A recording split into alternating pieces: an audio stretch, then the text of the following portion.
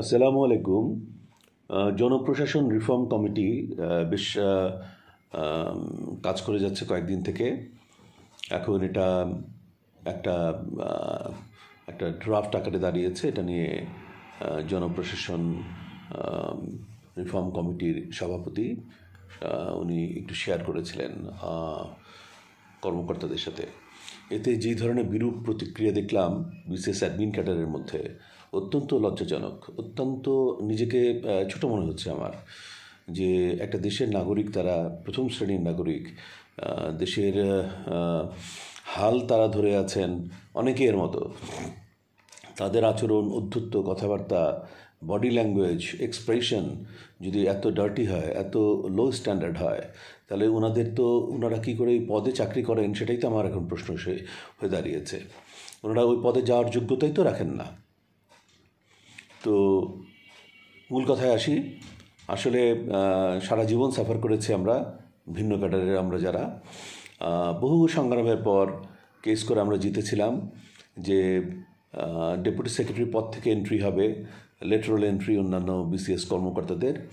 সেখানে 75% কোটা থাকবে বিসিএস অ্যাডমিনের এবং 25% কোটা থাকবে অন্যান্য 25টা ক্যাডারের। তো 25টা ক্যাডার থেকে ওই ডেপুটি সেক্রেটারি হওয়ার জন্য কখনোই আবেদন করতো না। এই 10টা, 11টা, 12টা ক্যাডার থেকে আবেদন করতো বড়জোর। আর ওখানে ওদের 25% দেওয়ার কথা ছিল। আমার জীবনে আমি 18%-এর বেশি কখনো হতে দেখি নাই। তো এইরকম যারা এই দেশ চালান, তারাই যদি এরকম একটা ডাকাত হন, চোর হন, মিথ্যুক হন এবং সব কিছু নিজেদের করায়ত্তের মধ্যে রেখে দিতে চান, তাদেরকে সম্পূর্ণভাবে ছড়িয়ে দেওয়া উচিত।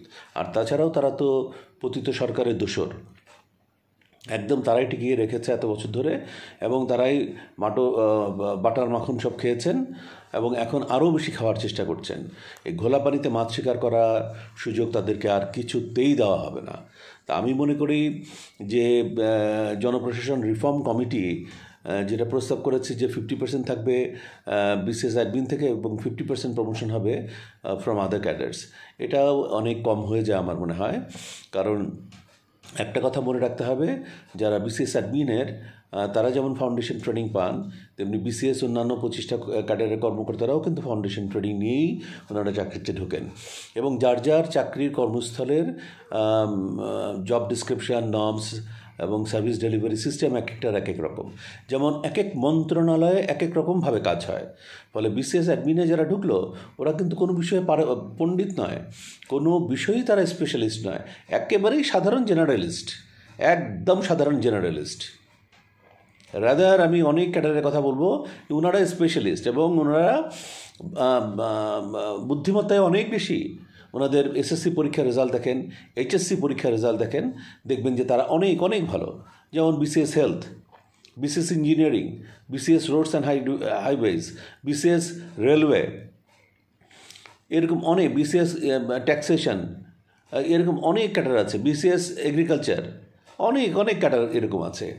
তো এই সমস্ত ক্যাডারের ছেলেমেয়েরা যত সহজে পিক আপ করে ফেলবে ডেপুটি সেক্রেটারি হিসাবে, ওই পদে যে ওখানে কীভাবে কাজ হয়, কীভাবে ফাইল ডিসপোজ অফ করতে হয়, কীভাবে নেগোশিয়েট করতে হয়, this is so easy for everyone. আমি তো আমার জীবন দিয়ে বলতে পারি, I was so much deprived, so much deprived, যে আমি এটা এক্সপ্লেন করতে পারবো না। তো এনিওয়ে, আমার মনে হয় সাথে আমি আরও কয়েকটা কথা বলতে চাই, যে আসলে proportionate distribution of the positions হওয়া উচিত। যদি মনে করি যে যারা বিসিএস অ্যাডমিনে আছেন তাদের মধ্যে ডেপুটি সেক্রেটারি হওয়ার যোগ্য হয়েছে 100 জন এবং অন্যান্য সব ক্যাডার মিলিয়ে আরও যোগ্য হয়েছে 400 জন, তাহলে যোগ্য হয়েছে বলবো না, আবেদন করেছেন মনে করেন আরও 200 জন, তাহলে এই 100 আর 200 300 জনের মধ্যে বাছাই করে পদোন্নতি দিতে হবে।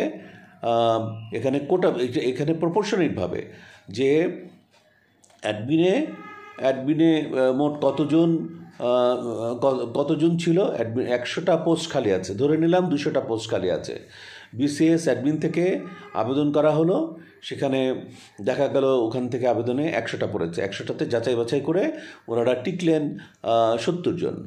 বাকি যে 130টা রইল সেই 130টা অন্যান্য ক্যাডারের স্ট্রেংথ অনুযায়ী যতজন আবেদন করেছেন সেই প্রপোর্শনেট ভাগে তাদের মধ্যে ডিস্ট্রিবিউশন করে দেওয়া উচিত। ফলে এটা এরকম হতে পারে যে বিসিএস অ্যাডমিন থেকে 40% প্রমোশন পেয়েছে, বিসিএস অল আদার ক্যাডার্স থেকে 60% প্রমোশন পেয়েছে, এটা হতে পারে, এটাই ন্যায়সঙ্গত। আর একটা কথা মনে রাখতে হবে, ওনারা কিন্তু, এটা আমরা সবসময় বলি বিসিএস অ্যাডমিন না, এটা চেঞ্জ করে দেওয়া উচিত, বিসিএস ব্যবস্থাপনা। ফলে জনপ্রশাসন মন্ত্রণালয় বলে কোনো মন্ত্রণালয় থাকবে না, জনব্যবস্থাপনা মন্ত্রণালয়।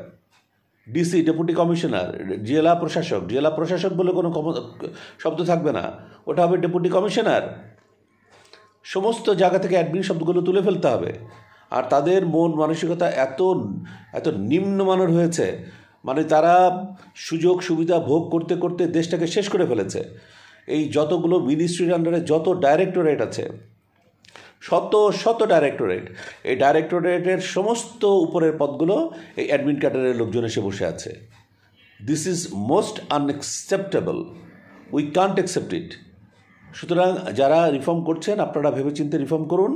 ওই বিসিএস অ্যাডমিন ক্যাডারের, মানে বিসিএস ব্যবস্থাপনার লোকজন কি বললো না বললো, এত মূল্য দেওয়ার কিচ্ছু নাই। 2 নম্বর হচ্ছে, আমার মতে যেহেতু এরা পতিত সরকারের সব দোসর, জয়েন্ট সেক্রেটারি, এডিশনাল সেক্রেটারি যারা আছে সবাইকে গোল্ডেন হ্যান্ডশেকে পাঠিয়ে দেওয়া উচিত। এডিশনাল সেক্রেটারি, সিনিয়র সেক্রেটারি সবাইকে গোল্ডেন হ্যান্ডশেক দিয়ে পাঠিয়ে দেওয়া উচিত। এবং ধরতেই হবে এখন থেকে যে বিসিএস ব্যবস্থাপনায় ওদের সর্বোচ্চ পদ ডেপুটি জয়েন্ট সেক্রেটারি, তারপরে এই যারা প্রমোশন পাচ্ছেন, এই যে যারা পদোন্নতি বঞ্চিত ছিলেন 750 জন প্রায়, যাদের পদোন্নতি দেওয়া হচ্ছে, এদের মধ্যে থেকে বাছাই করে যারা শারীরিক মানসিকভাবে ফিট, ওনাদেরকে এই এডিশনাল সেক্রেটারি, সিনিয়র সেক্রেটারি পদগুলোতে 1 বছর, 2 বছর, 3 বছরের জন্য দেওয়া হোক। তো এইভাবে যদি করা হয় তাহলে শূন্যতা যেমন পূরণ হবে, প্রাপ্তিও হবে। যারা ফোর্স রিটায়ারমেন্টে পাঠানো হয়েছিল, যাদেরকে পদোন্নতি বঞ্চিত করা হয়েছিল, যাদেরকে অপমানিত করে রাখা হয়েছিল, তারা সবাই সম্মান ফিরে পাবে। আমার মনে হয় এটা খুব, আমার ব্যক্তিগতভাবে আমার কাছে মনে হচ্ছে এটা যুক্তিসঙ্গত।